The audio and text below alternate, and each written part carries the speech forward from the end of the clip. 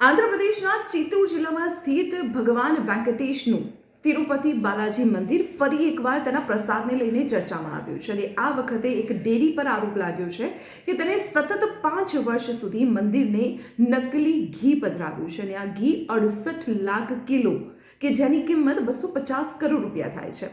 હવે આ સમગ્ર મામલાની તપાસ તો સીબીઆઈ કરશે, પરંતુ ત્યારે આ મંદિર સાથે જોડાયેલા રહસ્યો અને જે પ્રસાદ સાથે જોડાયેલી પરંપરા છે તેની મારે વાત કરવી છે।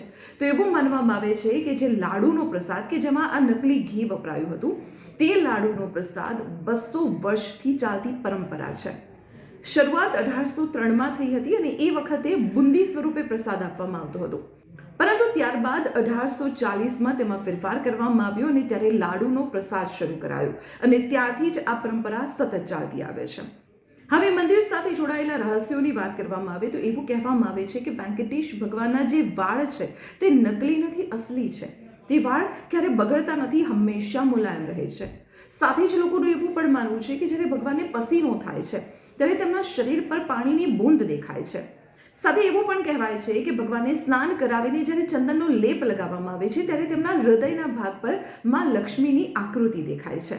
અહીંયા વેંકટેશ ભગવાનને સ્ત્રી અને પુરુષ બંનેના કપડાં પહેરાવવામાં આવે છે, કારણ કે એવું માનવામાં આવે છે કે વેંકટેશ સ્વરૂપમાં જ માં લક્ષ્મી પણ બિરાજમાન છે।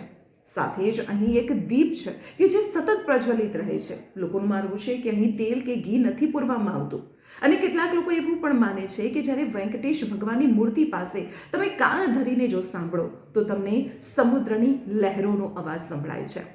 તો આવી રોચક વાતો જાણવા માટે આપ જોડાયેલા રહો સંદેશ ડિજિટલ સાથે।